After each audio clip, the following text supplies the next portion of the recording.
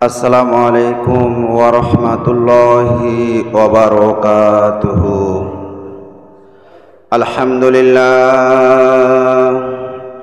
আলহামদুলিল্লাহি ওয়া কাফা ওয়া সালামুন আলা ইবাদিহিল্লাযীনা ইসতাফা। আম্মা বা'দ ফাকাদ ক্বালা আল্লাহু তাআলা ফি কালামিহিল মাজিদ ওয়াল ফুরকানিল হামিদ। সকলে আমার সাথে বলুন, আউযু বিল্লাহি মিনাশ শাইতানির রাজিম।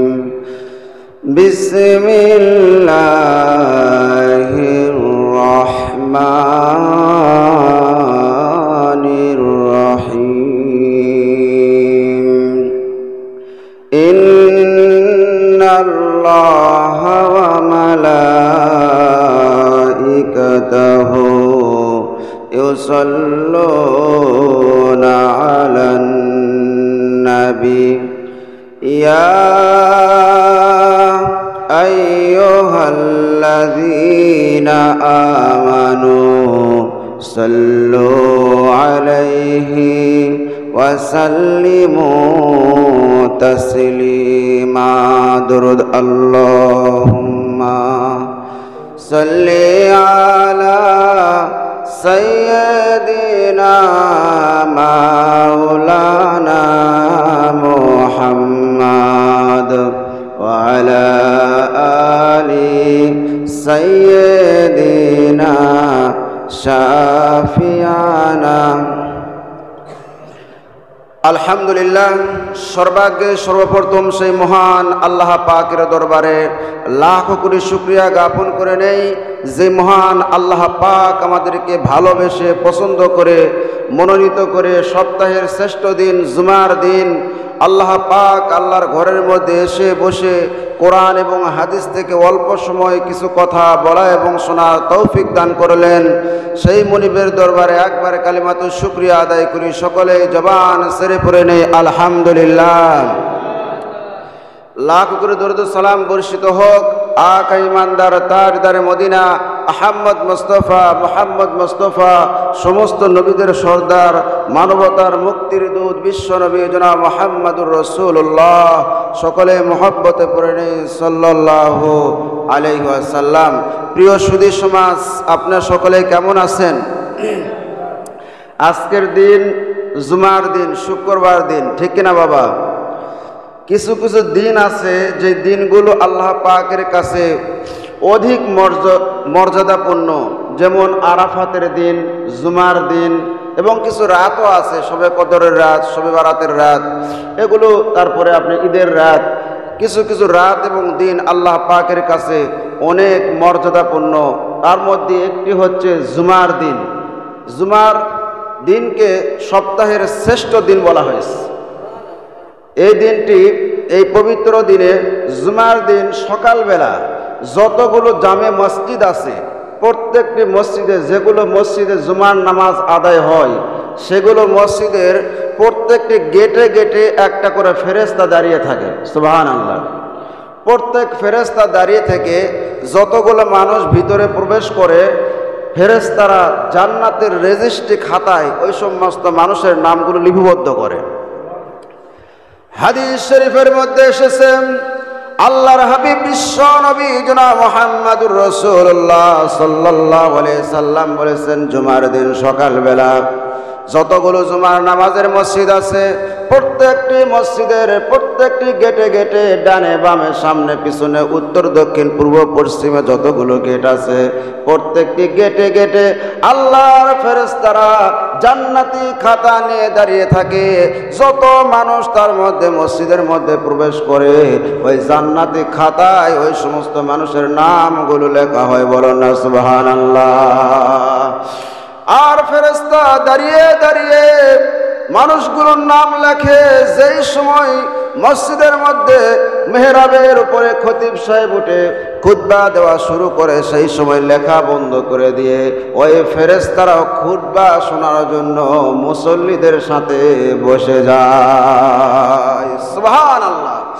আমার ভাইরা, আরো হাদিসের মধ্যে এসেছে গেটের সামনে ফেরেশতারা দাঁড়ায় যতগুলো মানুষ প্রবেশ করে সবগুলো মানুষের নাম লেখে এবং তাদের গুনাহগুলো তাদের ঘাড়ের উপরে কাঁধের উপরে নিয়ে দাঁড়িয়ে থাকে আর বলতে থাকে, আল্লাহর বান্দা আল্লাহর ঘরের মধ্যে প্রবেশ করো। দোয়া করে যখন প্রবেশ করে, আল্লাহুম্মা ইফতাহলি আবওয়াবা রাহমাতিক, আয় আল্লাহ তাআলা আমার জন্য তুমি রহমতের দরজা দ্বার তুমি খুলে দাও। যখন মসজিদের মধ্যে প্রবেশ করলো, ওই গুনার বোঝাগুলো ফেরেশতারা কাঁধের উপর নিয়ে দাঁড়িয়ে দাঁড়িয়ে আল্লাহকে বলে, আল্লাহ এই বান্দার এত গুনাহ আছে, আল্লাহ এগুলো গুনাহ আমি কি করব? আল্লাহ পাক বলে, ফেরেশতারে একটু চুপ থাকো, দেখো আমার বান্দা কি করে। আমার ভাইরা, তারপরে আল্লাহর বান্দা যারা মসজিদের মধ্যে প্রবেশ করার পরে নামাজ কালাম পড়ে তাসবিহ তাহলিল জিকির আজকার করে যখন আল্লাহর কাছে কান্নাকাটি করে, চোখের পানি ছেড়ে কান্নাকাটি করে, আল্লাহ পাকের ফেরেশতারা বলে, আল্লাহ তোমার বান্দা তোমার ভয়ে জান্নাতের আশায় জাহান্নামের ভয়ে কান্দে, এখন তাদের গুনাহ আমি কি করব?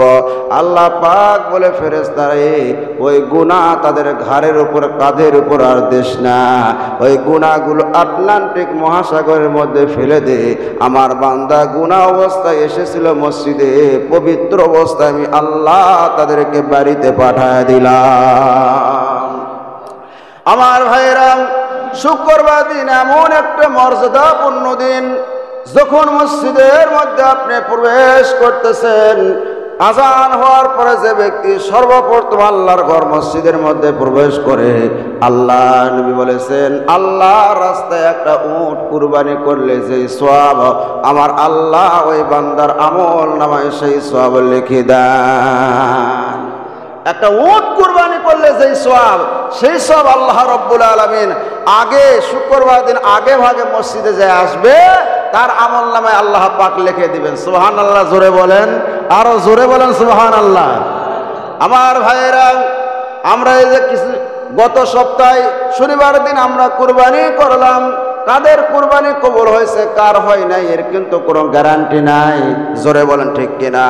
কিন্তু আপনি যদি শুক্রবার দিন জুমার নামাজ পড়ার জন্য আগে ভাগে মসজিদে আসতে পারেন, আল্লাহর নবী বলেছেন উট কুরবানি করলে যেই সওয়াব সেই সওয়াব আমার আল্লাহ আমল নামায় লিখে দিবেন। এই জন্য শুক্রবার দিন বাবারা বাপজানেরা একটু আগে ভাগে আসবেন, আজান হওয়ার আগে রেডি হবেন। মুয়াজ্জিন সাহেব যখন আজান দিচ্ছে আপনি খুব তাড়াহুড়া করে মসজিদে আসবেন, আর আল্লাহর রাস্তায় একটা উট কুরবানি করার সওয়াব আল্লাহ পাক দান করে দিবেন। সুবহানাল্লাহ। আল্লাহর নবী আরো বলেছেন, তারপরে যে ব্যক্তি মসজিদের মধ্যে প্রবেশ করবে, আল্লাহর রাস্তায় একটা গরু কুরবানি করলে যে সওয়াব হয় সেই সওয়াব আমার আল্লাহ তার আমল নামায় লিখে দিবেন। তারপরে যে ব্যক্তি আসবে, আল্লাহর রাস্তায় একটা ছাগল অথবা বকরি কুরবানি করলে যে সওয়াব হয় সেই সওয়াব আল্লাহ পাক ওই বান্দার আমল নামায় লিখে দিবেন। তারপরে যে ব্যক্তি আসবেন, আল্লাহর রাস্তায় একটা মুরগি দান করলে যে সওয়াব হয় সেই সওয়াব লিখে দিবেন। তারপরে যে ব্যক্তি আসবেন, আল্লাহর রাস্তায় একটা ডিম সাদকা করলে যে সওয়াব ওই বান্দার আমল নামায় সেই সওয়াব লিখে দিবেন। বলুন না সুবহানাল্লাহ। তাহলে আমরা ডিম দান করার সওয়াব নিব না উট কুরবানি করার সওয়াব নিব? ইনশাআল্লাহ আমরা সকলে চেষ্টা করব আগে মসজিদে আসব এবং কি করব, উট কুরবানি করলে যে সওয়াব সেই সওয়াব যেন আল্লাহ পাক আমাদেরকে দান করেন। সুবহানাল্লাহ বলেন। শুক্রবারের দিন ভাইয়েরা সমস্ত অফিস আদালত ব্যাংক ব্যালেন্স সব কিছু বন্ধ, সরকারি ছুটি আছে, যেরকম ঠিক কিনা? রাষ্ট্রীয় ছুটির দিন 1984 সালে হোসাইন মোহাম্মদ এরশাদ এটা করেছেন। অনেক দেশ আছে যেগুলো দেশে শুক্রবার দিন ছুটি হয় না, রবিবার দিন ছুটি আছে। অনেক দেশ আছে শনিবারের দিন ছুটি। আল্লাহ পাকের অশেষ মেহেরবানি যে আল্লাহ পাক এই পবিত্র জুমার দিন শুক্রবার দিনই আমাদের ছুটির ব্যবস্থা আছে। আলহামদুলিল্লাহ বলেন। হোসাইন মোহাম্মদ এরশাদ এটা করেছেন। যদিও তার নামে আমরা স্বৈরাচার বলি, ভালো ভালো কিছু কাজও করেছেন উনি। তার আমলে অনেক মসজিদ সে এরকম করেছিল যেগুলো মসজিদের কারেন্ট বিল উনি কি করেছিলেন, মওকুফ করে দিয়েছিলেন। এখনো 100 ইউনিট পর্যন্ত সেগুলো মসজিদে কারেন্ট বিল নেওয়া হয় না। সুবহানাল্লাহ বলেন। আল্লাহ পাক তারে মাফ করুন। আমার ভাইয়েরা, জুমার দিন, এই দিনকে আমরা কি করব, এই দিনকে সম্মান করব। এই দিন আমরা সকালবেলা থেকে চেষ্টা করব যে আল্লাহ জুমার নামাজের দিন আমরা আগে ভাগে মসজিদে আসব। আল্লাহর রাসূল বলেছেন, যদি কোনো ব্যক্তি এক এক করে 3 জুমা, কয় জুমা বাবা, 3 জুম্মা নামাজ যদি তরক করে, শুক্রবারে 3 জুম্মা যদি নামাজ তরক করে, জুমার নামাজ, আল্লাহ পাক তার অন্তরের মধ্যে মোহর মেরে দেন। আল্লাহর নবী বলেছেন, কোন ব্যক্তি যদি এক এক করে 3 জুমা নামাজ তরক করে, জুমার নামাজ, তার অন্তরের মধ্যে কলবের মধ্যে মোহর মেরে দেওয়া হয়। 2 নাম্বার মুনাফিকের খাতায় ওই ব্যক্তির নাম লেখা হয়ে যায়। আমার ভাইয়েরা দেখেন, জুমার নামাজ সম্পর্কে আল্লাহ পাক কি ওয়াজ করেন। আল্লাহর নবীর কথা এতক্ষণ পর্যন্ত বললাম, আল্লাহ পাক কি বলেন দেখেন। আল্লাহ পাক বলেন, ইয়া আইয়ুহাল্লাযীনা আমানু ইযা নুদিয়া লিস-সালাতি মিন ইয়াউমিল জুমআতি ফাসআউ ইলা যিকরিল্লাহি ওয়া দারুল বাই', যালিকুম খায়রুল লাকুম ইন কুনতুম তা'লামুন। আল্লাহ রাব্বুল আলামিন বলেন, হে ঈমানদারেরা, ইয়া আইয়ুহাল্লাযীনা আমানু, আল্লাহ পাক বলেছেন, সুবহানাল্লাহ কোন, এখানে ঈমানদারদেরকে লক্ষ্য করে বলেছেন, কারণ ঈমানদার ছাড়া তো কাফেররা জুমার নামাজ পড়তে আসে না। জোরে কোন ঠিক কিনা? মুমিন মুসলমান ঈমানদার তারাই তো নামাজ পড়তে আসে। এই জন্য আল্লাহ পাক আয়াতের শুরুতে বলতেছেন, ইয়া আইয়ুহাল্লাযীনা আমানু, হে ঈমানদারেরা, ইযা নুদিয়া লিস-সালাতি মিন ইয়াউমিল জুমআহ, যখন জুমার নামাজের জন্য তোমাদেরকে ডাকা হয়, আহ্বান করা হয়, অর্থাৎ আযান দেয়া হয়, ফাসআউ ইলা যিকরিল্লাহ, আল্লাহর শরণার্থে তোমরা দৌড়াও, ছোটো। ফাসআউ শব্দের অর্থ হচ্ছে ছোট, দৌড়াও। কোন দিকে দৌড়াবে? ইলা যিকরিল্লাহ, আল্লাহর শরণের দিকে তোমরা দৌড়াও। ফাসআউ ইলা যিকরিল্লাহ, আল্লাহ রাব্বুল আলামিন বলতেছেন, ইয়া আইয়ুহাল্লাযীনা আমানু ইযা নুদিয়া লিস-সালাতি মিন ইয়াউমিল জুমআতি ফাসআউ ইলা যিকরিল্লাহি ওয়া দারুল বাই'। বাই শব্দের অর্থ হলো বেচা কিনা। সেই সময় তোমরা কি করো? বেচা বিক্রি, লেনদেন, আদান প্রদান সবকিছু বন্ধ করে দাও। সব বন্ধ করে দিয়ে তোমরা ছোট আল্লাহর জিকিরের দিকে, মসজিদের দিকে তোমরা দৌড়াও। তাহলে কি হবে? যালিকুম খায়রুল লাকুম ইন কুনতুম তা'লামুন, এর মধ্যে তোমাদের খায়ের রয়েছে, বরকত রয়েছে, এর মধ্যে তোমাদের ভালাই রয়েছে, তোমরা যদি বুঝো। জোরে কোন সুবহানাল্লাহ। আমার ভাইরা, তাই জুমার দিন, শুক্রবার দিন আমরা হেলায় খেলায় নষ্ট করব না। অনেক মানুষ আছে, আমরা আজানের অপেক্ষা করি, মুয়াজ্জিন সাহেব কোন সময় আজান দিবে, মানে আজান ওনার কাছে একটা এলান, বুঝেন নাই? আজান হওয়ার পরে আস্তে ধীরে গামছা লুঙ্গি বার করে গোসল করতে যায়, সেখানে আবার 2-4 ঘন্টা, মানে 2-10 মিনিট এরকম দেরি করে গল্প করে আস্তে ধীরে, মানে আসতেছে না এরকম, মানে জুমার নামাজ এত একটা বরকতপূর্ণ, মর্যাদাপূর্ণ, ফজিলতপূর্ণ একটা নামাজ, এইদিকে খেয়াল করে না। জোরে কোন ঠিক কিনা? আল্লাহ পাক আমাদের সকলকেই জুমার নামাজের মর্যাদা বুঝে আগে ভাগে সর্বাগ্যে এসে বসে আল্লাহ পাক উট কুরবানি করার সওয়াব আল্লাহ পাক আমাদেরকে দান করুন। সকলে বলেন আল্লাহুম্মা আমিন। এই জুমার দিন 14টি ফজিলত আছে, 14টি কাজ আছে, আমল আছে। কয়টি বাবা? 14টির মধ্যে আমি সামারাইজ করে আপনাদের কাছে মাত্র 5টি বলবো। এই 5টি যদি আমল করতে পারেন, আল্লাহর রাসূল বলেছেন তার জন্য আল্লাহ রাব্বুল আলামিন অনেক সওয়াব দান করবেন। তার মধ্যে 1 নাম্বার হচ্ছে জুমার দিন বেশি বেশি করে দরুদ শরীফ পাঠ করতে হবে। কি বাবা? আমার ভাইয়েরা, জুমার দিনের অনেক আমল রয়েছে। 14টি আমলের মধ্যে গুরুত্বপূর্ণ 5টি আমলের কথা আপনাদের নিকটে আমি বলতেছি। 1 নাম্বার, আল্লাহর নবী বলেছেন জুমার নামাজ অর্থাৎ শুক্রবার দিন এবং রাতে তোমরা বেশি বেশি করে আমার উপরে দরুদ শরীফ পাঠ করো। জুমার দিন, জুমার রাত বলতে বৃহস্পতিবার দিন দিবাগত রাত, ওটা হলো জুমার রাত। আর আজকের দিন, এই জুমার দিন এবং জুমার রাত তোমরা বেশি বেশি করে দরুদ শরীফ পাঠ করো। আমার ভাইয়েরা, কোরআন এবং হাদিসের মধ্যে কোনো আমল বেশি বেশি করার কথা বলা হয় নাই। নামাজ আপনি ইমানদার মুসলমান তো পড়বেনই, আপনি নফল নামাজ পড়েন, কিন্তু বেশি বেশির কথা আসে নাই। আপনি বেশি বেশি পড়লে আপনার জন্য ভালো। আপনি রোজা বেশি বেশি রাখার কথা বলা হয় নাই। আকসারু জিক্রি, কিন্তু বেশি বেশি আল্লাহর জিকির করার কথা বলা হয়েছে কোরআনের মধ্যে। বলুন না সুবহানাল্লাহ। বেশি বেশি করে তোমার জিকির করো, আল্লাহ পাক বলেছেন।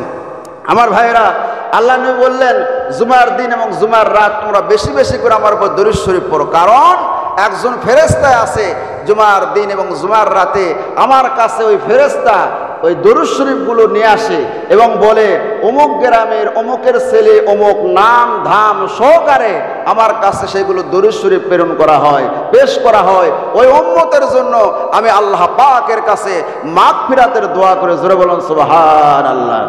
আমার মুসলমান ভাইয়েরা, দরুদ শরীফ এমন একটি আমল, আপনি হাঁটা চলাফেরা অবস্থায়, শোয়া অবস্থায়, ওযু না থাকলেও আপনি দরুদ শরীফ পড়তে পারবেন। আর যে ব্যক্তি বেশি বেশি দরুদ শরীফ পড়বে, আল্লাহর নবী বলেছেন আল্লাহর নবীর সাথে একটা প্রেম ভালোবাসা মহব্বত সৃষ্টি হয়ে যাবে। ওই মহব্বতে মদিনার দুলাল বিশ্ব নবী ঘুমের ঘরে আপনার ঘরের মধ্যে আসে হাজির হয়ে যাবে। সুবহানাল্লাহ বলেন। আল্লাহ নবী বলেছেন যদি কোনো ব্যক্তি আমি নবীকে স্বপ্ন দেখে, সে ব্যক্তি সত্যি আমি নবীকে দেখলো। আর যে ব্যক্তি আমি নবীকে স্বপ্ন দেখলো, তার জন্য আল্লাহ রাব্বুল আলামিন জাহান্নামের আগুনকে হারাম করে দিল। কারণ হচ্ছে শয়তান পর্যন্ত আমি নবীর সুরত ধারণ করতে পারে না। সুবহানাল্লাহ বলেন। আমার ভাইয়েরা, এই জন্য দরুদ শরীফ মান সাল্লা আলাইহি ওয়াহিদান সাল্লাল্লাহু আলাইহি আহাদা আশারা, আল্লাহ নবী বলেছেন যে ব্যক্তি আমার প্রতি একবার দরুদ শরীফ পাঠ করে আল্লাহ পাক তার প্রতি 10টি রহমত বরকত নাজিল করেন। জোরে বলুন সুবহানাল্লাহ। তাহলে জুমার দিনের 1 নম্বর আমল পাইলাম আমরা, জুমার দিন এবং রাতে বেশি বেশি করে দরুদ শরীফ পড়তে হবে। 2 নম্বর আমল হলো জুমার দিন ফজরের নামাজ জামাতের সাথে আদায় করতে হবে। সুবহানাল্লাহ কোন হুজুর, এটাই তো বড় কষ্টের, ফজরের সময় তো ঘুম ভাঙে না। জোরে কোন ঠিক কিনা? আমার ভাইরা, আল্লাহ নবী বলেছেন যত নামাজ আছে 5 ওয়াক্ত নামাজ এবং যত নফল নামাজ আছে, যত নামাজ আছে সবচাইতে উত্তম নামাজ হচ্ছে জুমার দিন ফজরের নামাজ জামাতের সাথে পড়া। সুবহানাল্লাহ কোন? এই জন্য জুমার দিন ফজরের নামাজ আমরা সকলে জামাতের সাথে আদায় করার চেষ্টা করব। সুবহানাল্লাহ বলেন। আল্লাহ পাক তৌফিক দান করে আমিন বলেন। 3 নাম্বার, সূরা কাহাফ তেলাওয়াত করব। আল্লাহ নবী বলেছেন যদি কোনো ব্যক্তি সূরা কাহাফ তেলাওয়াত করে কিয়ামতের দিন ঘোর অন্ধকার হবে। এই দুনিয়ার অন্ধকার সেই উদাহরণ দেওয়া যাবে না। কিয়ামতের দিনের অন্ধকার এত ঘুটঘুটে অন্ধকার হবে। আল্লাহ নবী বলেছেন যে ব্যক্তি সূরা কাহাফ জুমার দিন তেলাওয়াত করবে, আল্লাহ পাক তাকে একটা এক্সট্রা নূর দান করবেন, তার কাছে কোনো অন্ধকার থাকবে না। সুবহানাল্লাহ। এই জন্য হাদিস শরীফের মধ্যে এসেছে আল্লাহ নবী বলেছেন, এই দাজ্জালের কথা বলেছেন যে সূরা কাহাফের প্রথম 10 আয়াত তেলাওয়াত করো জুমার দিন। যদি পুরা সূরা কাহাফ না তেলাওয়াত করতে পারো, কমপক্ষে হলেও সূরা কাহাফের প্রথম 10 আয়াত তোমরা জুমার দিন কি করো? তেলাওয়াত করো। তাহলে 3 নাম্বার আমল আমরা পেলাম, সূরা কাহাফ কি করা? সূরা কাহাফ তেলাওয়াত করা। আলহামদুলিল্লাহ কোন? 4 নাম্বার, আগে ভাগে ঘুম থেকে ওঠা, উত্তম রূপে গোসল করা। পায়ে হেঁটে মসজিদে আসা, ইমামের কাছাকাছি বসা, অনর্থক কোনো কাজ না করা, কারোর সাথে গালমন্দ না করা, মসজিদে এসে যেখানে জায়গা পান চুপচাপ বসে যাওয়া। মসজিদে আসার পরে দেখা যায় অনেক মুসল্লি আছে বসে আর একজনের সাথে গল্প করে ঠেলাঠেলি করে, যেরকম ঠিক কিনা? আল্লাহ নবীর হাদিস অনুযায়ী এটা পাওয়া যায় না।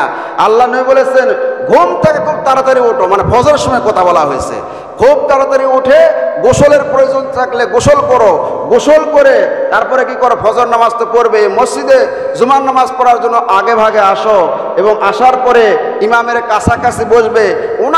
অনর্থক কোনো কাজ করবে না, গালমন্দ করবে না, তার সাথে গল্প করবে না, চুপচাপ ইমামের খুতবা শ্রবণ করবে। তুমি যে হেঁটে এসেছো প্রত্যেকটি কদমে কদমে 1 বছরের নফল রোজা এবং 1 বছরের নফল নামাজ পড়া সওয়াব আল্লাহ পাক তোমার আমল নামায় দান করে দিবেন। জোরে বলুন সুবহানাল্লাহ। আমার ভাইরা 5 নাম্বার আমল হচ্ছে জুমার দিন 5 নাম্বার আমল। আজকে আমলের কথা বলতেছি ভাইরা, আমল করেন, আমল সে জিন্দগি বানতে হে, আমলের দ্বারা জিন্দগি করেন, মৃত্যুর পরে আপনার আমলে আপনি আমাকে জান্নাতে নিয়ে যাবে। ঠিক কিনা বলেন? আপনি অনেক জানেন, আপনি অনেক বড় পীর সাহেব, আপনি আল্লামাতুদ দাহার, আপনি অনেক জাননেওয়ালা, কিন্তু আমল করেন না, ওটা আল্লাহ পাকের কাছে কোনো দাম হবে না। আপনি জানেন কম, আমল করেন বেশি, এটাই আল্লাহ পাকের কাছে বেশি দাম হবে। সুবহানাল্লাহ কোন? আমার ভাইয়েরা 5 নাম্বার আমল হচ্ছে শুক্রবার দিন এমন একটি সময় আছে যেই সময় আল্লাহ পাকের কাছে যেই দোয়া আপনি করবেন আমার আল্লাহ সেই দোয়াই কবুল করে নেবেন। সুবহানাল্লাহ বললেন না? এত ভালো একটা কথা বললাম যে শুক্রবার দিন যেই দোয়া আপনি করবেন আল্লাহ পাক সেই দোয়াই কবুল করে নেবেন। সুবহানাল্লাহ বলেন। এর নির্দিষ্ট একটা সময় আছে। মুফাসসিরিনে কেরামে, মুহাদ্দিসিনে কেরাম, হাদিস বিশারদ বড় বড় পণ্ডিতেরা এই সময়টা বাহির করেছেন। তারা হাদিসকে রিসার্চ করার পর বলছেন এই সময়টা হচ্ছে আসরের নামাজের পরে সূর্য ডুবে যাওয়ার আগ মুহূর্ত। এই মুহূর্তটা আল্লাহ পাকের কাছে বিশেষ একটা সময়। জুমার দিন যেই দোয়া করা হয় সেই দোয়া আল্লাহ পাক কবুল করে নেন। সুবহানাল্লাহ বলেন। আমার ভাইয়েরা, তাহলে জুমার দিন আমরা 5টি আমল পাইলাম। কয়টি আমল পাইলাম? নামাজ জামাতের সাথে আদায় করা, সূরা কাহফ তেলাওয়াত করা, আগে ঘুম থেকে উঠে ওযু গোসল করে পায়ে হেঁটে ইমামের কাছাকাছি এসে বসা, দোয়া করা, দোয়া যেহেতু কবুল হয়। এই 5টি আমল আল্লাহ পাক আমাদের সকলকে করার তৌফিক দান করুন। আমিন বলেন। আমার ভাইয়েরা, আমাদের জিন্দেগি দেখেন, আপনি খায়া থাকেন আর না খায়া থাকেন, অভাবে থাকেন আর সুখে থাকেন আর দুঃখে থাকেন, কষ্টে থাকেন আর যে অবস্থায় থাকেন না কেন, তারপরে কিন্তু দিন চলেই যাবে। যেরকম ঠিক কিনা? আপনি আমার জীবনের কিন্তু যে হায়াতটা আছে, হায়াতের পুঁজি আছে, এটা কিন্তু একসময় শেষ হয়ে যাবে। বরফ আপনি খান আর না খান, আপনি খাচ্ছেন না, হাতে করে নিয়ে দাঁড়িয়ে আছেন, তারপরে গলে যাবেই। যেরকম ঠিক কিনা? সমুদ্রের পানির মতো বহমান আমাদের জীবনটা শেষ হয়ে যাচ্ছে। আস্তে আস্তে দেখবেন একসময় ছিলেন ছোট বাচ্চা, তারপরে হয়ে গেছেন কি কিশোর, তারপরে তরুণ, তারপরে যুবক, তারপরে বৃদ্ধ। যেরকম ঠিক কিনা? তারপরে কবর দেশে। এখন বৃদ্ধ পর্যন্ত যাওয়া যাবে কিনা? আর যারা যুবক আছে তারা ভাবতেছে আমাদের মরার কি এখন সময় হয়েছে, আমরা তো কেবল যুবক। আর যারা বিয়ে করে না তারা কই বিয়ে করি নাই, এখনই নামাজ। যেরকম ঠিক কিনা? বিয়ে করার পর এখনো হাতের কি ওর নাম কি হাতে দেয়, মেহেদি শুকাইলো না, এখনই নামাজ। আমার ভাইরা, কত বিয়া দেখা যাচ্ছে, বরযাত্রী যাচ্ছে, ওই বিয়ার মধ্যে বর মারা গেছে, বরযাত্রী সবাই ঠিক আছে। যেরকম ঠিক কিনা? হয় কি হয় না? এটা আল্লাহ পাক পারে। আপনি যুবক আছেন, আপনাকে ওই বুড়া পর্যন্ত নিয়ে যাবে, এটা আল্লাহর কোন ফেরেশতা এসে বলছে বলেন? আপনি যে এই গ্যারান্টি দিচ্ছেন যে আমি এখন মরবো না, না ভাই, মরার কোনো টাইম টেবিল নেই। যখন মৃত্যু আসবে, ইযা জাআ আজালুহুম ফালা ইস্তাখিরুনা সাআতান ওয়ালা ইস্তাকদিমুন। 1 সেকেন্ড আগেও মৃত্যু হবে না, 1 সেকেন্ড পরেও মৃত্যু হবে না। আইনামা তাকুনু ইদরিকুমুল মাউতু ওয়ালাউ কুনতুম ফি বুরুজিম মুশাইয়্যিদা। যদি তুমি সুদূর দুর্গের মধ্যে অবস্থান করো, সেখানেও মৃত্যু তোমাকে পাকড়াও করবেই। যেরকম ঠিক কিনা? আল্লাহ রাব্বুল আলামিন বলেছেন, কুল ইন্নাল মাউতাল্লাযী তাফিরুনা মিনহু ফাইন্নাহু মুলাকীকুম। হে নবী, আপনি বলে দেন, যদি তোমরা যেই মরণ থেকে পালাইতে চাচ্ছ, সেই মরণ থেকে তোমরা পালাইতে পারবে না। মুলাকিকুম, সুদূর দুর্গের মধ্যে অবস্থান করলেও তোমাদের সাথে মরণ এক সময় সাক্ষাৎ করবে। জোরে কোন ঠিক কিনা? আপনি যেখানে থাকেন না কেন সেখানে গিয়ে আপনাকে মরণ ধরবে। যদি আপনি সিঁড়ি লাগাইলেন, সিঁড়ি লাগাইয়া আপনি আসমানে উঠে বসে আছেন, সেখানেও আজরাইল আপনাকে ধরবেই। জোরে কোন ঠিক কিনা? মরণ থেকে পালাও তুমি, মরণ তোমায় লইবে ঘিরি। যদিও সুদূর আকাশ পানে, যদিও হেতায় লাগাও সিঁড়ি। সিঁড়ি লাগাইয়া যদি আকাশ পানে আপনি বসে থাকেন, সেখানেও আজরাইল আলাইহিস সালাতু ওয়াস সালাম আপনার সময় আসা মাত্র আপনাকে ধরবে।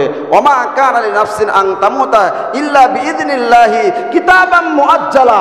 প্রত্যেকটি মানুষের মৃত্যুর একটা নির্দিষ্ট সময় এক লিপিবদ্ধ করা আছে। জোরে কোন ঠিক কিনা? কুল্লু নাফসিন যায়িকাতুল মাউত। আমরা সবাই বলি যার জীবন আছে তাকে মরতে হবে। জোরে কোন ঠিক কিনা?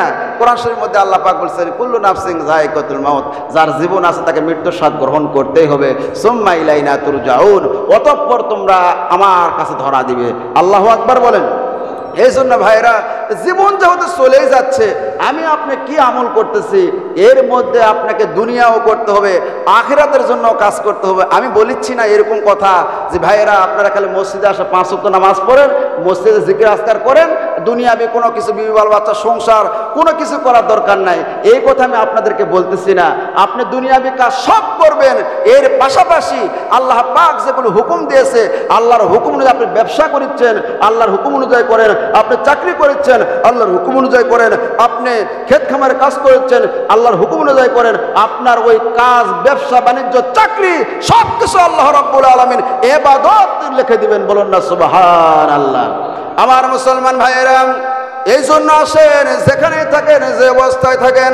অনেক মানুষ বলে হুজুর আমি ব্যবসা করি, দোকানদারি ছেড়ে আমি নামাজ পড়তে পারি না। আমার ভাইয়েরা, আপনার দোকান এক সময় দোকানে থাকবে, আপনার বাড়ি বাড়ি থাকবে। বাড়িওয়ালা নাই রে বাড়ি, নাই রে দুনিয়াতে। জোরে কোন ঠিক কিনা? বাড়িওয়ালা বাড়ি থাকবে না, বাড়ি ঠিকই থাকবে, ব্যবসা বাণিজ্য সব ঠিক থাকবে। আপনি দুনিয়ায় থেকে চলে যাবেন, তাহলে দুনিয়ায় থেকে চলে যাওয়ার সময় আপনার সাথে আপনার বিবি বাল বাচ্চার সাথী হলো না, আপনার স্ত্রীর সাথী হলো না, আপনার সন্তান সাথী হলো না, ছেলে মেয়ে সন্তান পরিবেশ পরিস্থিতি কেউ আপনার সাথী হলো না, পাড়া প্রতিবেশী আত্মীয় স্বজন কেউ, আপনার বন্ধু বান্ধবী কেউ আপনার সাথে গেল না। আপনার সাথে যেটা যাবে সেটাই হচ্ছে আপনার আমল। যা আমল করবেন ভাই, সে আমলটাই যাবে। আমি সেই কথাই বলতেছিলাম, খালি দুনিয়াও করতে হবে, আখিরাতের কাজও করতে হবে। একজন বেদুইন রাসূল পাক সাল্লাল্লাহু আলাইহি সাল্লামের দরবারে আসলেন একটা উটের উপর সওয়ার হয়ে। আসার পরে রাসূল পাক সাল্লাল্লাহু আলাইহি সাল্লামের কাছ থেকে দ্বীনের অনেক কিছু শিক্ষা অর্জন করতেছেন, দ্বীনের অনেক কথাবার্তা বলতেছেন। ওই বেদুইন ওই উটটা না বেঁধে বাহিরে রেখে চলে আসছে। কিছুক্ষণ পর পর বেদুইনটা খালি বাহিরে উটের দিকে তাকায়, আবার নবীর কথা শুনে, আবার উটের দিকে তাকায়, আবার নবীর কথা শুনে।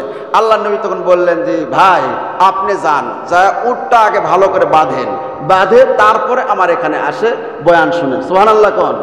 আল্লাহ নবী কিন্তু রাগ করে নাই, এই বেটা আমার ওয়াজ বয়ান শুনিস আবার তুই বাহিরের দিকে তাকাতাই করিস, এই কথা বলে নাই।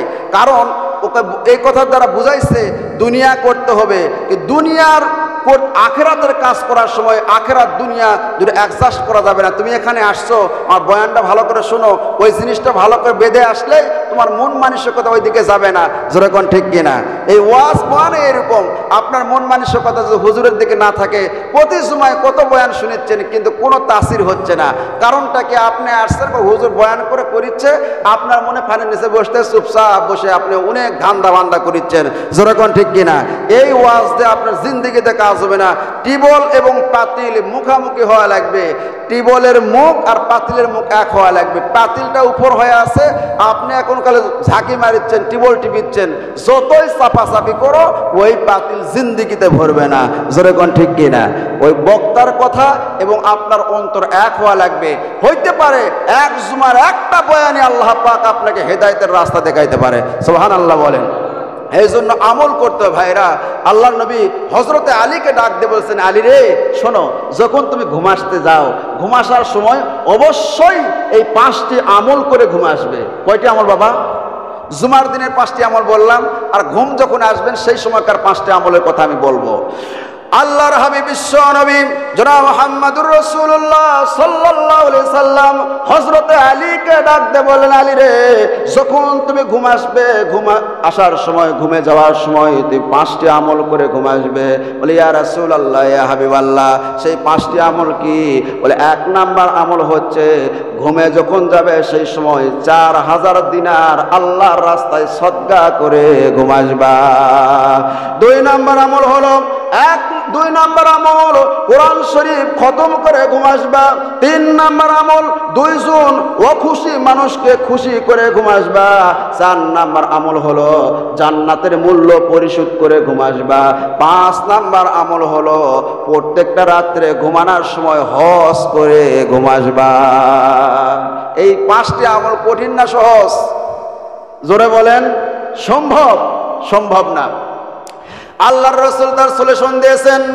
আল্লাহর নবী ডাক দিয়ে বলছেন, আলী রে, এই 5টি কাজ যদি তোমার করা সম্ভব না হয়, 1 নাম্বার 4000 দিনার আল্লাহর রাস্তায় সদকা করার তোমার সমস্যা, তুমি দিতে পারতেছো না, তাহলে শোনো, তুমি সূরা ফাতিহা যে আছে কোরআনে কারীমের প্রথম সূরা, এই সূরা ফাতিহা 4 বার পড়ে তুমি ঘুম আসবা।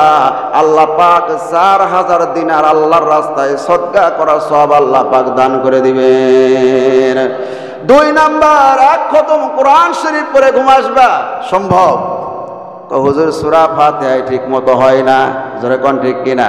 আমার ভাইরা, পারি না, তারপর পড়ার চেষ্টাও করি না, পারার চেষ্টাও করি না। চেষ্টা আল্লাহ পাক করার তৌফিক দান করুন, আমিন বলেন। আল্লাহ নবী বলেন, হযরতে আলী শোনো, তাহলে তুমি কি করবে? কোরআন শরীফ খতম করে ঘুম আসবা। হযরতে আলী বললেন, ইয়া রাসূলুল্লাহ, ইয়া হাবিবাল্লাহ, কেমনে? বলে, তোমার যদি সম্ভব না হয় তাহলে সূরা ইখলাস, কুল হু সূরা 3 বার পড়ে তুমি ঘুম আসবা। আমার আল্লাহ 1 খতম কোরআন শরীফ পড়ার সওয়াব দান করে দিবেন। আর 2 জন অখুশি মানুষকে খুশি করে ঘুম আসবা। এটা যদি তোমার দ্বারা সম্ভব না হয়, আমি নবী আমার প্রতি 3 বার দরুদ শরীফ পড়ে ঘুম আসবা। 2 জন অখুশি মানুষকে খুশি করার সওয়াব আমার আল্লাহ দান করে দিবেন। আর 4 নাম্বার, জান্নাতের মূল্য পরিশোধ করে ঘুম আসবা। কিসের মূল্য বাবা? জান্নাতের মূল্য দুনিয়ায় পরিশোধ করা সম্ভব? আর জোরে বলেন, সম্ভব না। হযরত আলীকে আল্লাহর নবী ডাক দিয়ে বলেছেন, আলী রে, জান্নাতের মূল্য পরিশোধ যদি করা তোমার দ্বারা সম্ভব না হয়, তাহলে 10 বার আস্তাগফিরুল্লাহ, তওবা 10 বার পরে ঘুম আসবা, জান্নাতের মূল্য পরিশোধ করা হয়ে যাবে। সুবহানাল্লাহ। আর 5 নাম্বার, হজ করে ঘুম আসবা। ইয়া রাসূলুল্লাহ, ইয়া হাবিবাল্লাহ, প্রতি রাত্রে হজ করা তো সম্ভব না, আর প্রতি মাসে তো হজ হয় না। আল্লাহ নবী বললেন, শোনো, রাত্রিবেলা যদি তুমি কালেমায়ে শাহাদা পাঠ করে ঘুমাসো, আল্লাহ পাক তোমার আমলনামায় হজ করার সওয়াব দান করে দিবেন। সুবহানাল্লাহ। কোন? তাহলে কয়টি আমল বললাম বাবা? 5টি আমল। কয়টি? 5টি। প্রতি রাত্রে সূরা ফাতিহা 4 বার তেলাওয়াত করা, সূরা ইখলাস 3 বার তেলাওয়াত করা, আর দরুদ শরীফ 3 বার পড়া, আর 10 বার ইস্তিগফার পড়া, আর কালেমায়ে শাহাদা পড়া। এই 5টি আমল করে আমরা ইনশাআল্লাহ ঘুম আসবো। পারবো না ইনশাআল্লাহ? তাহলে কি কাজ হলো? 4000 দিনার আল্লাহর রাস্তায় সদকা করার সওয়াব হলো, কোরআন খতম করার সওয়াব হলো, 2 জন অখুশি মানুষকে খুশি করার সওয়াব পাইলাম, জান্নাতের মূল্য পরিশোধ করার সওয়াব পাইলাম, প্রতি রাত্রে একটা করে হজ করার সওয়াব আল্লাহ পাক আপনি আমার আমলনামায় লিখে দিবেন। জোরে বলেন আল্লাহু আকবার। আমার ভাইরা, শুক্রবার দিন আমরা আসি একটু কিছু কথা শোনার জন্য, এবং সেখান থেকে কিছু আমল যেন আমরা করতে পারি। জোরে কোন ঠিক কিনা? এই জন্য মন মানসিকতা, মস্তিষ্ক এই দিকে দিবেন। এমন লাস্টে আসে, সবার শেষে আসবে, সবার পরে যাবে। যেই মানুষ সবার শেষে আসে, বুঝছেন, আমি খেয়াল করে দেখছি, সেই মানুষই আগে যায়। কারণ হলো সবার শেষে আসে, সবার পিছে থাকে। যদি আগে আসে তাহলে আগের কাতারে থাকা লাগবে, সবার মাথার উপর তো ডেঙ্গায় আর যাওয়া যায় না, বুঝেননি? আর সবার শেষে আসবে, পিছে থাকবে। হুজুরের দোয়া করা শেষ, ওই আগে দৌড়। এই জুমার নামাজের পরে যে 4 রাকাত আপনি সুন্নতে মুআক্কাদা আছে, আমার মনে হয় যে আপনারা জানেন না। আপনারা জানেন বাবা, হুজুরে যে আপনি 2 রাকাত ফরজ নামাজ পড়ায়, তারপরে যে 4 রাকাত সুন্নতে মুআক্কাদা আছে, যেটাকে পড়া আবশ্যকীয়, পড়তেই হবে, এটা কি আপনারা জানেন? কথা বোঝে নাই। আপনারা জানেন বাবা, জুমার নামাজের আগে 4 রাকাত সুন্নতে মুআক্কাদা আছে। সেটা আমি আপনাদেরকে পড়ার জন্য সময় দেই, আপনার বয়ান শেষে দেই কি দেই না? যদি পড়া জরুরি না হলে হয়নি, তাহলে তো আমি একবার ডাইরেক্ট এইখান থেকে দাঁড়ায় খুতবা দেওয়া শুরু করলাম নাকি ভাই? কিন্তু আমি সময় দেই যে আপনার সুন্নতে মক্কাদা আদায় করে নেন। তাহলে জুমার নামাজের পরে 4 রাকাত সুন্নতে মক্কাদা আছে। আপনি কোন শয়তান ফতোয়া দিয়েছে যে সুন্নতে মক্কাদা পড়তে হবে না? আপনি আগে ভাগে তারা ঘুরে করে মসজিদে বের হয়ে যাচ্ছেন, আর খালি করছেন যে তাবারক থাকলে দে, না দিলে আমি 1 লাখ এমনি চলে যাচ্ছি। জোরে কোন ঠিক কিনা? এই কাজ করবেন না, ভুলে এই কাজ করবেন না। এরা মসজিদের সৌন্দর্য নষ্ট হয়। বাহির থেকে মুসল্লি আসে, তারা কথা বলে, তারা বলে যে মসজিদে হুজুর কি কিছুই জানে না, হুজুর কি জানাই না। আপনারা বলেন আমি এগুলো জানাইছি কি জানাই নাই? আপনারা মানেন না ভাইরা, এই কাজ করবেন না। মসজিদে আসছেন সপ্তাহে, অনেকে আছে 5 ওয়াক্ত নামাজ তো পড়েনি না, শুক্রবার একটা দিন আসছেন, রিল্যাক্স একটু আনন্দ করে মনের আনন্দে এখানে একটু সময় দেন। আল্লাহর ঘর মসজিদ থাক না, আপনার লস নাই, এটা বাজার না। আপনি যতক্ষণ পর্যন্ত আছেন জান্নাতের রেজিস্ট্রি খাতায় ফেরেশতারা নাম লিখে দাঁড়িয়ে আছে, আল্লাহর কাছে দোয়া করতেছে, আল্লাহ তোমার এই বান্দাকে তুমি মাফ করে দাও। জোরে বলুন সুবহানাল্লাহ। আমরা সকলে তাহলে এই ফরজের পরে সুন্নতে মুআক্কাদা পরে যাইতে পারবো তো ইনশাআল্লাহ? জোরে বলেন ইনশাআল্লাহ। যারা ইনশাআল্লাহ বলতেছে না, ফি কুলুবিহিম মারদ, ওর অন্তরের মধ্যে আল্লাহ পাক কলবের মধ্যে এমন মোহর মারছে, বুঝেন নাই কথা? ওর মুখ দিয়ে ইনশাআল্লাহ বের হইতেছে না। ওই করতেছে যতই কোক হুজুর আমি নামাজ পড়ব না। আপনি না পড়লে পরে তো আপনাকে তেল মারা যাবে না ভাই। জোরে কোন ঠিক কিনা? আমার দায়িত্ব হলো ওয়াজাক্কির ফাইন্না যিকরা তানফাউল মুমিনিন। আপনি আলোচনা করেন, মুমিনদের ফায়দা হবে। সুবহানাল্লাহ কোন? এখানে আল্লাহ পাক মুমিনের কথা বলেছেন, মুনাফিকের কথা বলে নাই। তা আপনি মুমিন হলে পারা 100% এই বয়ান আপনার কাজে লাগবে। আর যতদিন বেঁচে থাকবেন আর কোনোদিন জুমার নামাজের পরে সুন্নতে মুআক্কাদা 4 রাকাত নামাজ না পড়ে আপনি দৌড়ে যাবেন না। জোরে বলেন ঠিক কিনা? আপনার কাজে লাগবে। আমার ভাইয়েরা, একজন মানুষের সন্তান হয় না, বহু নিয়ত তিল্লা করছে, বহু হুজুরের কাছে গেছে, কাম হয় না। বুঝছেন? নিয়ত করছে আল্লাহ যদি আমার সন্তান হয় তাহলে মসজিদ ইমামকে আমি 1 সন্ধ্যা ভাত খাওয়াবো, কাম হয় নাই। পরে নিয়ত করছে আল্লাহ যদি সন্তান হয় তাহলে পীর সাহেবকে 1 সন্ধ্যা ভাত খাওয়াবো, তাও কাজ হয় নাই। এবার নিয়ত করছে যেহেতু হয় না সন্তান, রাগ করে কইছে এবার যদি আমার একটা সন্তান হয় শয়তানক ভাত খিলাবো। কাক খিলাবো? শয়তানক ভাত খিলানোর নিয়ত করছে। ওই বছরই ওর বইয়ের মধ্যে পেটের মধ্যে সন্তান আইছে। বুঝলেন? বউ গর্ভবতী। কি বিপদ! শয়তানক ভাত খিলাবা চাইছে, আর এইদিকে ইমামক খিলাবা চাইছে, কাম হয় নাই। পীর সাহেবক খিলাবা চাইছে, কাজ হয় নাই। শয়তানক খিলাইতে চাইছে, বউ গর্ভবতী। এখন সন্তানও হয়েছে। এখন সন্তানকে নিয়ে বউ কান্দার কয় আল্লাহ দিয়ে ধন বুঝে মন কেড়ে নিতে কতক্ষণ। আল্লাহ দিছে কিন্তু এটা তো আর থাকবে না, কারণ তুমি যেই নিয়ত করছো এই নিয়ত তো কোনোদিন পুরাও করা পারবে না, আমার ষোলো তো বাঁচবে না। সেই সময় মানুষটা চিন্তার মধ্যে পড়ে গেল, এখন আমি কি করব? শয়তান কোথায় পাই, শয়তান কোথায় পাই? মসজিদ ইমামের কাছে গেছে, হুজুর আমি তো নিয়ত করছিলাম শয়তানকে 1 সন্ধ্যা ভাত খিলাবো। হুজুর কই আর লোক খুঁজে পাস না, আমি ইমামক দেখিস না, আমার দাওয়াত দিবি? তুই কি শয়তানক খাওয়াবা চাইছস? যে সঞ্জয় যেহেতু খাওয়াতেই চাইছস তাহলে যা, শয়তান খুঁজে পাওয়া যায় পীর সাহেবের দরবারে। কার দরবারে? পীরের দরবারে যা। কারণ ওই বাবারা চোখ বন্ধ করে কাবার খবর কয়া দেয়। চোখ বন্ধ করে কি কয়? চোখ বন্ধ করে কি হয়েছে? ওই কাবা শরীফের মধ্যে কুত্তা ঢুকছে, এখান থেকে আমি খেতে দিলাম। বুঝেন নাই? এখান থেকে কাবা শরীফে কুত্তা খেতে দেয়, আর ভাতের তলে ভাজা মাছ থাকলে সেটা দেখা পায় না। এই হলো পীর সাহেবের অবস্থা। বুঝেন নাই? ওই হুজুর আবার কইছে যে পীরের দরবারে যা, অমুক বাবার দরবারে গেলে এই শয়তান কোথায় আছে কয়া দুই হেরে ভাত খিলা, যা তোর নিয়ত পূর্ণ হবে, সব তোর বাচ্চাও বেঁচে থাকবে। পীরের দরবারে আসছে। পীর সাহেব কই কি খবর? হুজুর আমি তো এরকম শয়তানকে খাবার খিলাইতে চাইছে 1 সন্ধ্যা, আমার সন্তান হয় না। ভাই বেটা, আমি পীর সাহেব, আমাকে দেখিস না, আমার খাওয়া। আপনার খাওয়ার নিয়ত করছিলাম, কাম হয় নাই। আমাকে মুসলিম ইমামক খাওয়ার নিয়ত করছে, তাও কাজ হয় নাই। শয়তানের নিয়ত করছি, আর আমার পেটে স্ত্রী গর্ভবতী হয়ে গেছে। এখন আমি শয়তান পাই কোন জায়গায়? তাকে হুজুর বলল আপনার এখানে নাকি শয়তান আস, আপনাকে শয়তান পালেন। লাঠিতে মারছে একটা বাড়ি। বেটা আমাকে কই শয়তান, আমি শয়তান পালি? তো শোন, একটা বাড়ি মারছে, বাড়িটারে খায়া তো কান্দে কুন্দে ওখান থেকে আসিচ্ছে। ইমামের সাথে দেখা।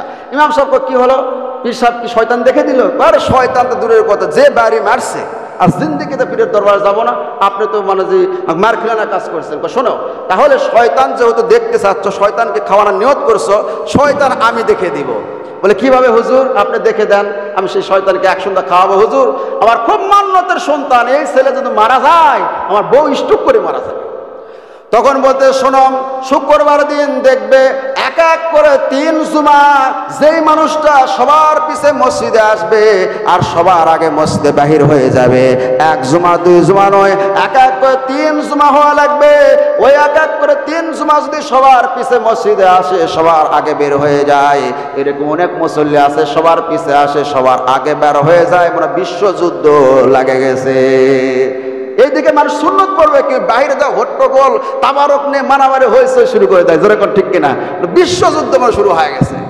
তো শোনো, তুমি এখন যেই মানুষটা এক এক করে 3 জুমায় কাজ করবে, সবার পিছে আসবে সবার আগে যাবে, ওই মানুষটাকে তুমি খাবার খাওয়াবা, ওই মানুষটাই হচ্ছে শয়তান। ওই এখন মসজিদের বারান্দায় বসে আছে, দেখি তো কোন মানুষটা সবার পিছে আসে, বসে আছে, দেখে সব মানুষ আসছে, খুতবা আরম্ভ হবে হবে ভাব, দেখতেছে ঢুক ঢুক করে একজন আসিচ্ছে, তাকায় দেখে ওর বাপের ছোট ভাই, ওর চাচা। তখন মনে মনে খুশি হয়েছে, আবার মনটা বেজার করছে যে আল্লাহ, এরা তুমি কি দেখাইলে আমার চাচা, আমি শয়তান চাইছি, ঠিক আছে চাচা আমার শয়তান হবে এটা আমি চাইনি, এটা হয়তো ভুল হয়ে গেছে। সামনে জুমায় দেখি, সামনে জুমায় পরের জুমায় যাবার বসে আছে, দেখতেছে ওর চাচাই সবার শেষে আসতেছে এবং সবার আগে বের হয়ে যাইতেছে। 2 জুমা হলো, 3 জুমা এখন চোখের পানি ছেড়ে কাঁদতেছে আর বলতেছে আল্লাহ, আমি শয়তান দেখতে চাইছি কিন্তু বাপের ভাই চাচা শয়তান হবে এটা আমি দেখতে চাই না, আল্লাহ তুমি এটা একটু পাল্টায় দাও, যে কোনো ব্যবস্থা একটা করো। সেই জুমাও দেখতেছে ওর বাপের ভাই চাচা সবার পিছে মসজিদ থেকে আসে, গট গট করে সবার আগে বের হয়ে যাইতেছে। বউ ডাকতে বলতেছে, স্বামী গো মান্যত পূরণ করতে হবে না, শয়তান কি পাইলা? বলে হ্যাঁ শয়তান পাইছি, আগামী সোমবার দিন শয়তানকে দাওয়াত দিব। এবার যা বলতে চাচা আপনার আগামী সোমবার দিন আমার বাড়িতে দাওয়াত, কারণ হলো সোমবার দিন হাটের দিন আছে, বোঝেন নাই, সোমবার দিন আপনার দাওয়াত। বলছে আরে বেটা, আরে ভাস্তা তোর দাওয়াত পেয়ে আমি বড় খুশি হয়েছি, এই পর চোখের পানি ছেড়ে কাঁদে আর বলে চাচা আপনি কাঁদে কেবল, বেটাই আমার দাওয়াত দেয় না, শ্বশুর শাশুড়ি আসলে কত কিছু খাওয়ায়, আমার কিছু দেয় না, আর তুই আমার এই দাওয়াত দিলি বেটা ভাস্তা, আমি বড় খুশি হয়ে গেছি, কিন্তু ওই দাওয়াত দিছে কোন উদ্দেশ্যে, যেরকম ঠিক কিনা আমার ভাইরা। পরে সোমবারের দিন বউ করছে ভালো করে রান্না বান্না করে, বিভিন্ন আইটেম করছে, চাচা আসতেছে, বউ কই শয়তানকে ডাকো, শয়তানকে নাস্তা আছে নাকি, শয়তান দেখতে কেমন, কই যে যখন আসবে তখন দেখবে নেই। জোহরের নামাজের পরে সোমবার দিন এখন আসতেছে চাচা, এখন ওর বউ করছে যে কই শয়তান, ওই যে আসতেছে, করে তো তোমার না চাচা হয়, ও চুপ চুপ একদম চুপ কর, যদি বেটাক বাঁচা বাঁচাস কথা কোস না। এবার আসতে চাচা আসার পর দেখে বিভিন্ন রকম আইটেম করছে খাবার, পোলা কোরমা জর্দা, গরুর গোস্ত, খাসির গোস্ত, মুরগির গোস্ত, আবার দইও রাখছে, আবার ঠান্ডাও রাখছে। চাচা আইটেম দেখে কয় ব্যস্তারে এত আইটেম কে, একটু দোয়া করি। ওই চাচা দোয়া করা লাগবে না, আপনি খান, আপনাকে খান, দোয়া পরে করেন খান। এবার চাচা খাওয়া দাওয়া করার পরে দোয়া করবে, হাত তুলছে, বলে চাচা দোয়া করার দরকার নেই, আপনি বাইর যান। কই যে খাওয়াইলে এত কিছু, তারপর দোয়ার দরকার নাই, বাইর যাবা। কোস তার কারণ কি? চাচা আমার মান্যত পূর্ণ হয়েছে, আপনি চান। মান্যত মানে? বলে মান্যত মানে যে চাচা আমি নিয়ত করছিলাম যে আমার যদি সন্তান হয় তাহলে শয়তানকে ভাত খাওয়াবো, তো হুজুর কইছে সেই হিসাবে আপনি শয়তান, আপনাকে আমি খাওয়াইছি চাচা, আমার মান্যত পূর্ণ হয়ে গেছে। খেয়ে পেতে গেছে চাচা, হুজুরক এই হুজুরক ফেতরা চান্দা মান্দা দিয়ে আমরা পালি, হুজুরক আমরা চাল ডাল দেই, জুরক আমরা বেতন দেই, আর হুজুর আমাকে শয়তান বানাছে। হুজুর এই কথা এই ফতোয়া দিছেন কে? চাচা আপনার নামে তো আমি শয়তান কই নাই। তখন ওই রাস্তা করতে যে আপনি কোন নাই, 3 জুমা যে সবার পরে আসবে, সবার আগে বের হয়ে যাবে, সেই হলো শয়তান। আমার এই চাচাই সেটা হয়েছে। সেই সময় হুজুর বলতে, চাচা আপনি যে শয়তান হবেন আমি বুঝতে পারি নাই চাচা, কিন্তু ঘটনা হলো হাদিস অনুযায়ী পাওয়া যায় যে ব্যক্তি সবার শেষে মসজিদে আসে, সবার আগে বের হয়ে যায়, সে শয়তানের মতো তার পর্যায় হয়ে যায়। কারণ মিনাল জিন্নাতি ওয়ান নাস, মানুষের মধ্যেও শয়তান আছে, জিনের মধ্যেও আছে। ও চাচা, চাচা এখন কান্দার বলে বাবা 3 জুমার নামাজ যদি সবার পিছে যা সবার আগে আসলে শয়তান হয়, তার বেশি হলে কি হবে? বল তার বেশি হলে তো বুঝতেছেন কি হবে। বল যেই থেকে নামাজ আমার ফরজ হয়েছে, যখন থেকে আমি নামাজ ধরেছি, তারপর থেকে আমার মনে করে এই 80 বছর পর্যন্ত কোনোদিন আগে মসজিদে যাই নাই, পরে আসি নাই, সবার পিছে যাই, সবার পিছে বের হয়ে আসি। এবার এখান থেকে বাঁচার উপায় কি? বলে তওবা করেন আজ থেকে যে আর কোনোদিন সবার পিছে যাব না, সবার আগে আসবো না। আল্লাহ পাক রহমানুর রহিম আপনার নাম শয়তানের খাতার থেকে কেটে মুমিনের খাতায় দিয়ে দিয়ে বলুন না সুবহানাল্লাহ। আল্লাহ পাক আমাদের সকলকে জুমার নামাজের তাৎপর্য মর্যাদা বুঝে সবার আগে এসে সবার আগে মসজিদ থেকে যাওয়ার তৌফিক দান করুন সকল। আল্লাহুম্মা আমিন। ওয়া আখিরু দাওয়ানা আলহামদুলিল্লাহি রাব্বিল আলামিন। যারা সুন্নাত পড়েন সারা সুন্নাত পড়েন।